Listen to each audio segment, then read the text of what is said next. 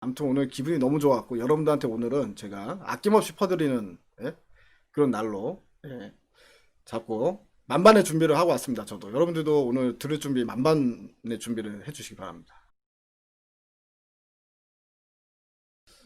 그 세제 개편안 나왔는데 결국에는 이렇게 나왔어요. 저는 아예 양도 차익 자체를 좀 걷어들이고 그러니까 양도 차익을 부과하지 말고 그냥 거래세를 그냥 현행대로 받아가라라는 게 이제 제가 원하는 부분인데 주식 양도 차익 5천만 원까지 비과세 손익통산은 5년 합산키로 했다.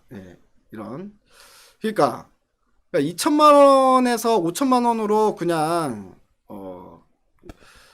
그것만 이제 올려준 건데 저는 이거 참 정말 나쁘다고 생각해요. 뭐가 나쁘다고 생각하냐면 아니 애초에 그냥 증권거래세 받던 게 세수를 걷어들이는 입장에서도 제일 좋아요. 그러니까 정부 입장에서도 양도소득세 받아가는 것보단 거래세 받아가는 게 훨씬 돈이 된다고요. 예. 세수가 잘 거치는 거고. 예? 뭐 엉뚱하게 무슨 뭐 개인 투자들 무슨 세금 부담 줄여줘? 말도 안 되는 소리. 양도소득세를 안 가져가면 돼요. 예? 양도소득세를 가져가겠다는 게 오히려 우리한테는 더 큰 거지. 예? 거래할 때마다 세금 0.3%씩 내는 거 그거 별로 티도 안 나요. 그렇지 않습니까? 예. 근데 이게 왜 이런 식으로 양도소득세 이야기가 갑자기 막 몇 년 전부터 쏟아지기 시작한 게 뭐냐면 이거 다 증권사들의 농간이에요. 증권사들의 농간. 결국에 모든 개인 투자자들한테 양도 차익을 가져가겠다라는 거는 증권사들의 농간이야. 그죠? 이게 왜 그러냐면 여러분들 이런 정책은요 사실 그냥 우리 양도소득세 걷기 시작하자라고 해가지고 그냥 기재부나 이런데 근거미에서 결정해가지고 시작하자 해가지고 세금을 물릴 수 있는 게 아니잖아요. 세금을 물린다는 부분 또 새롭게 세금 부분을 신설을 해서 물린다는 부분은 그 전에 사전에 한 번씩 의견 수렴 구간을 다 거쳐요. 예. 그래서 양도소득세 문제 같은 경우에도 의견 수렴 과정을 다 거쳤습니다. 그래서 증권계의 의견을 들어야 된다는 얘기예요. 증권업에 있는 사람들. 근데 중요한 건 가장 많은 사람들이 포진이 된 게 개인 투자자들이 있기 때문에 개인 투자자들의 의사를 들어야 된다는 거지. 근데 개인 투자자들 대표로 누가 나갔습니까? 개인 투자자가 나갔나요? 민 박사님이 나갔다 왔나요? 아니면 백진수가 나갔다 왔나요? 개인 투자자를 대변한다고 해서 개인 투자자 대신에 나간 애들이 증권사 애들이라는 거지. 근데 증권사가 나가서 개인 투자들은 증권거래세는 내도 양도소득세 뜯어간 거 정말 싫어할 겁니다. 이렇게 딱 얘기하고 와야 되는데 어떻게 얘기하고 오느냐? 증권사가 원하는 방향대로 얘기하고 오는 거예요. 예? 한마디로 증권사 같은 경우에는 이미 대주주 요건에 해당이 돼요. 거의 대부분의 종목에서 20억 이상이면 다 대주주 아닙니까? 그럼 증권사 애들은 어차피 자기네들은 양도소득세는 내는 세금이야. 개인 투자들은 안 내고 있지만 본인들은 이미 예전부터 옛날부터 계속 양도소득세를 내고 있었어요. 대주주 요건에 해당하기 때문에. 무슨 종목을 사면 증권사들은 몇 천억씩 수천억씩 질러대기 때문에 여러분들 웬만한 종목들은 대부분 다 양도소득세에 걸려 들거든. 그러니까 어차피 자기는 내는 세금인데 증권사 머릿속엔 딱 그거밖에 없어요. 거래세 없어줘라. 이중과세 아니냐. 거래세 없어줘라. 개인 투자자들은 어떻게 생각하느냐? 당연히 개인 투자자도 좋아하지. 수수료가 떨어지는데. 응? 사고 팔 때마다 수수료 이제 세금을 안 떼간다는데 얼마나 좋아하겠냐? 그럼 개인 투자자들한테 양도소득세를 부과하면 양도세 부과해봐야 그 돈 버는 사람 몇 명이야 된다고. 어차피 다 해당 사항 없다고. 개인들한테는 무조건 좋은 거다. 지들이 그렇게 말하고 온 거예요. 근데 실질적으로 개인 투자자들이 진짜 그걸 좋아하냐고. 이거는 증권사들의 농간이었다. 근데 중요한 건 증권사가 아무리 농간을 부려도 저는 이 위원회에 있는 정부 관계자들이 증권사에서 개인 투자들을 대변한다고 생각하고 그들의 말을 하는 말을 그냥 다 받아들인 것 자체가 마음에 안 들고요. 예. 그리고 솔직히 말해서 그걸 누구한테 들어야 합니까? 개인 투자들이 뭘 좋아하는지는 딱 보면 알아야지. 예. 정말 열받네. 아니, 그러면 어차피 개인 투자들 중에서 지금 핑계거리로 내거는 게 뭡니까? 예? 홍남기 부총리가 어차피 2.7%밖에 해당이 안 될 거다라고 얘기를 합니다. 개인 투자도 어차피 돈 다 잃으니까 우리가 양도소득세 걷어가봐야 어차피 개인들은 해당 사항 없어라고 얘기하는 거면 그럼 개인 투자들 다 돈 잃을 거다라고 생각하는 거 아닙니까? 말입니까? 방구입니까? 그러면 개인 투자가 뭐하러 주식 투자합니까? 다 잃을 거면. 예. 아, 참. 아무튼 이게 조금 짜증 난다는 거고요. 대통령이 직접 나서서 개인 투자자들 부담 없게 하고 이 부동산 자금을 주식으로 유입될 수 있게 하라. 그런 정책을 써라라고 얘기했으면 과감하게 누가 거래세 줄여달라 그랬어. 그냥 거래세 그대로 받겠다. 대신에 양도 차익은 아예 없애겠다.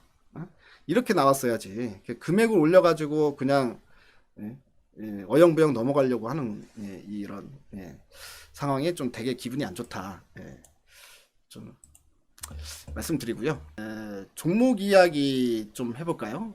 종목 이야기 하는데 오늘 또 새롭게 나온 소식이 있어요.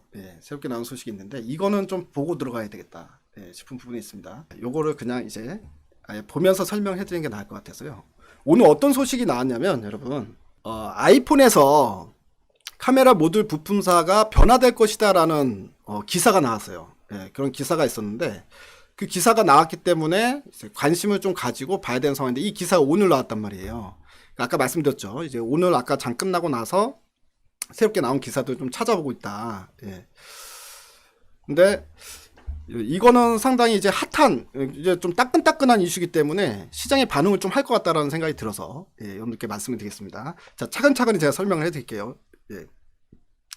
삼성전기하고 써니옵티컬이라는 회사는 잘 모르시죠, 여러분들. 써니옵티컬은 뭐냐면 마찬가지 광학렌즈 회사인데 이제 중국의 최대 광학렌즈 회사예요. 그러니까 한마디로 대한민국의 삼성전기가 중국에서는 써니옵티컬이라고 생각하시면 됩니다. 카메라 모듈 만들고 부품 만들고 IT 부품 전체적으로 다 만들고. 그러니까 삼성전기랑 거의 비슷한 회사라고 생각하시면 돼요. 써니옵티컬 중국의 가장 큰 이런 이제 종합 부품사다라고 생각하시면 됩니다.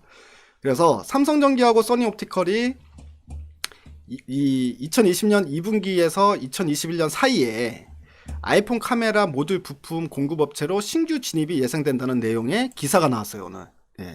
삼성전기가 될 수도 있고 써니옵티컬이 될 수도 있지만 일단 오늘은 추정 기사가 나온 거기 때문에 확실하게 딱 정해진 건 아닙니다만 그렇지만 이거는 삼성전기 우리가 이제 대형주 중에서는 삼성전기를 매수를 해야 될 만큼의 큰 이슈다라고 보시면 되거든요.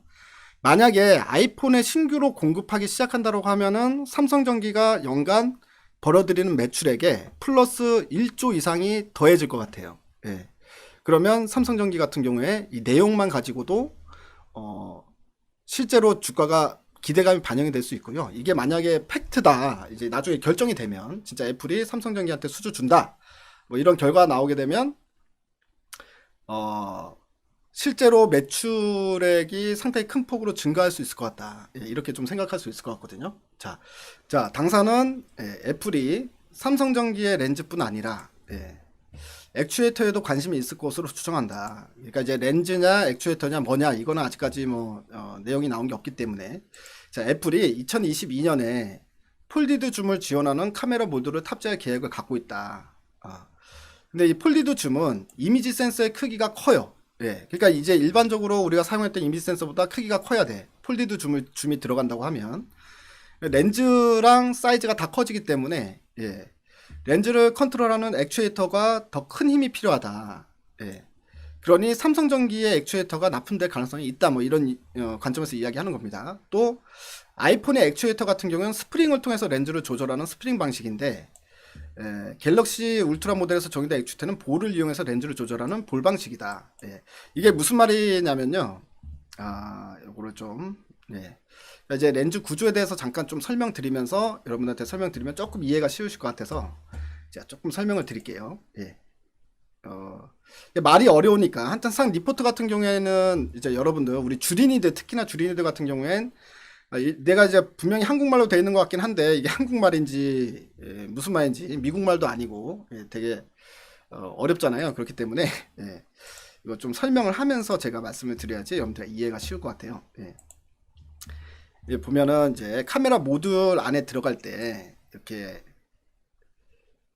이거를 이제 베젤이라고 하면 베젤이라고 할 거예요 아마. 그러니까 이런 통이 있어. 통에다가 이렇게 렌즈를 한 겹만 넣는 게 아니라 여러 겹을 놓습니다. 여러 겹을 놓아. 이게 이 안에 들어간 게 렌즈고 이게 왜냐면 빛이 들어오잖아요. 빛이 들어올 때 빛이 이 광학 렌즈 한 지점에 빛을 모이게 해야 되기 때문에 렌즈가 하나가 있는 게 아니라 여러 개로 겹겹이 쌓여 있어요. 그러면서 빛이 이렇게 넓게 들어오는 거를 결국에는 딱 점 하나처럼 빛을 딱 모아가지고 여기다가 쏴줘야 되는 부분이기 때문에, 예. 이제 이런 원통 모양으로 생겼는데, 이 액추에이터는 뭐냐면 흔들림 방지예요. 쉽게 이야기하면. 예. AF 같은 경우에는 AF라고 하는 거는, 예. 여기서 자기가 알아서 렌즈가 흔들리는 거를 방지를 해주는 기능이고, 이 옆으로 흔들리는 거 있죠. 옆으로 왔다 갔다 하는 건 우리 손떨림으로 옆으로 왔다 갔다 하는 거거든요. 이거 이제 OIS라고 하는 거죠. 예. 그러니까 손떨림 방지. 그러니까 이걸 다 합쳐서 이제 액추에이터라고 얘기를 하는데, 여기에 들어가는 게 이제 구슬을 들어가면서 옆에 들어가는 거를 방지를 해주는 거. 여기에 이제 구슬을 넣는 방식이 있고, 옆에 흔들리는 거 방지를 해주는 게 구슬을 넣고 방지를 해주는 방식이 있고, 그 다음에 스프링을 달아가지고 옆에 흔들리는 걸 방지해주는 방식이 두 가지 방식이 있다라는, 예, 이야기인데, 삼성에서는 구슬을 넣는다는 거고요, 이 액추에이터에. 그리고 애플 같은 경우에는 스프링 방식으로 액추에이터를 구성을 하고 있다라고 생각하시면 됩니다. 쉽게 이야기하면 그렇습니다, 여러분. 네. 그 때문에, 예, 그래서 아이폰 액추에이터는 스프링을 통해서 렌즈를 조정하는 스프링 방식이고, 갤럭시 같은 경우에는 볼을 이용해서 렌즈를 조절하는 볼 방식이다. 예, 이 얘기를 하는 겁니다. 자, 근데 지속적으로 렌즈를 움직여야 하기 때문에 내구성 측면에서는 볼 방식이 확실히 유리하다 해보니, 그리고 아까도 얘기했던 것처럼 신제품에 폴디드 줌이라는 거를 집어넣으려고 하다 보니까, 그러면 이미지 센서 크기도 커지고 렌즈 크기도 커지니 스프링보다는 볼 방식이 훨씬 더 유리하다. 그렇기 때문에 아무래도 애플이 그 얘기가 나온 거 아니냐, 한마디로 추정을 하기에는, 그렇기 때문에 카메라 모듈 부품사가 변화가 된다라는 이야기가 그래서 나온 거 아니냐, 스프링에서 결국엔 볼로 변환을 시키려는 거 아니냐라는, 예, 그런 어떤 추정이 가능하다는 거고요. 예. 그래서 이렇게 되게 되면 LG노텍하고 삼성전기의 역량은 두 가지 시나리오로 나눠진다. 근데 어떤 시나리오든 간에 LG노텍 같은 경우에는 큰 변화가 없어요. 예, 왜 그러냐면 LG노텍은 이미 납품을 하고 있는 회사야.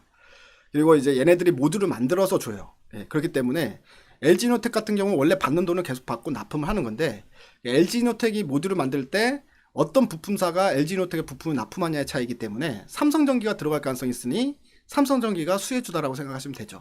자, 그래서 여기 보면 뭐 트리플 카메라, 광각, 초광각, 이게 무슨 말이냐면 이제 요즘에는 렌즈 3개가 달려서 나온다. 예. 그런, 여러분들 요즘에 나오는 신제품들 보면 다 뒤에 카메라 3개 달려서 나오잖아요. 지금 그걸 말하는 겁니다. 트리플 카메라. 예. 그래서 만약에 삼성전기가 일부 모델에서 렌즈하고 액추에이터를 LG노텍에 공급을 하고 LG노텍이 모듈을 이걸 조립해서 모듈을 만드는 경우, 이 경우에 LG노텍은 구매처만 달라질 뿐 실적에 영향이 없다. 그렇겠죠, 당연히. 예. 근데 삼성전기 같은 경우는 렌즈와 액추에이터를 신규로 공급하는 회사가 되기 때문에 당연히 긍정적이다. 예. 라는 부분이고요. 자, 두 번째 케이스. 예. 트리플 카메라와 TOF 중에서, 예. 이 TOF는 이제 거리 측정하는 거를 말하는 거예요. 예. 그래서 삼성전기가 망원 카메라, 그러니까 폴디드 줌 모듈을 담당하고 나머지 모듈을 LG노텍이 담당하는 경우, 예. 이 경우에는 망원 카메라의 단가를 개당 35달러로 가정하고 아이폰 하반기 신모델에 7천만 대 중에 상위 3천만 대 탑재를 가정하게 되면 계산을 때려보면 삼성전기가 1조 2천억 정도의 신규 매출 발생이 가능하다. 예. 이런 리포트가 나왔거든요. 그래서 삼성전기 모듈 솔루션 연간 매출액이 3조 원 초반이라는 점을 감안할 때, 예, 모듈 솔루션 매출액이 30% 이상 증가할 수 있는 규모다. 그러니까 3조에서 이제 4조가 되는 거니까, 예. 이제 작은 사이즈가 아니라는 거죠. 그래서 매출이 1조가 추가로 더 들어오게 되면 이거는 사실 삼성전기한테는 상당히 큰 모멘텀으로 작용할 가능성이 있다. 네, 이렇게 볼 수 있다는 내용입니다. 그래서 결론은, 예, 폴디드 줌이 적용되는 2022년까지는 삼성전기가 카메라 모듈까지 담당할 가능성은 상당히 낮다. 예. 그렇지만 케이스 1은 가능성이 있다라는 거고요. 예. 그래서 액추에이터 공급 가능성은 상당히 존재하고 있다. 예. 그래서 2021년까지 LG노텍 실적 추정치는 변동이 없고, 다만 삼성전기가 망원 카메라 모듈 공급 여부 확인한 뒤에 LG노텍의 2022년 실적 추정치 변경 여부에 대한 판단이 필요하다라는 부분인데요. 만약에 애플이 부품 공급사가 변화가 되게 되면 추가로 수혜를 볼 수 있는 후보군이 아까 말했던 삼성전기하고 써니옵티컬이라는 회사인데, 예, 써니옵티컬은 저는 조금, 예, 불리하지 않을까 싶은 게요. 일단 물론 이제 지금 현재 모듈을 완성해서 납품하는 게 LG노텍이기 때문에 예. 그러니까 이제 뭐 호환 부분이나 이런 부분에 있어서 그래도 써니옵티컬보다 LG노텍 쪽에서는 예, 삼성전기 쪽을 구매하는 게 훨씬 더 이제 좀 편리하지 않을까라는 그런 부분도 있지만, 근데 이제 중국하고 미국과의 사이가 워낙에 안 좋기 때문에 예, 또 이제 뭐 기술 탈취니 뭐니 이런 이야기 나오면 또 시끄러지기 때문에 써니옵티컬보단 그냥 이슈가 없는 예, 중국 애들이 아닌 한국 애들로 선택할 가능성도 있지 않을까, 애플 애들이. 예. 이렇게도 생각이 들고요. 뭐 이거는 이제 아직 결정이 된 사항은 아니고 오늘 처음으로 이야기가 나왔기 때문에, 그래서 이제 그 내용은 계속 추적을 해긴 해봐야 되겠습니다만, 자, 삼성전기 어쨌든 관심 있게 보긴 봐야 될 것 같다 싶은 생각이 드는 내용이 오늘 나왔기 때문에, 예. 오늘 안 그래도 장중에 고개를 바짝 들고 마감을 했어요. 예. 보시게 되면 삼성전기 지금 현재 차트 보시고 계시거든요. 예. 그래서 눌림목 나오면은 이런 거는 이제 매수각이긴 하다 싶은 생각이 듭니다. 예, 눌림목이 나왔을 때 이거는 이제 매수를 일단 해봐야 되겠다. 그리고 예를 들어서 뭐 결정이 어떻게 될지 모르겠지만 결정이 나오기 전에도 어느 정도 기대감은 좀 시장에 형성될 가능성이 있지 않을까, 이렇게 생각이 듭니다. 예. 아무튼 삼성전기 대형주 중에서는 삼성전기에 대한 이슈가 오늘 처음으로 나왔기 때문에 좀 관심 있게 봐도 좋겠다, 이런 의도에서 좀 설명을 드렸습니다. 자,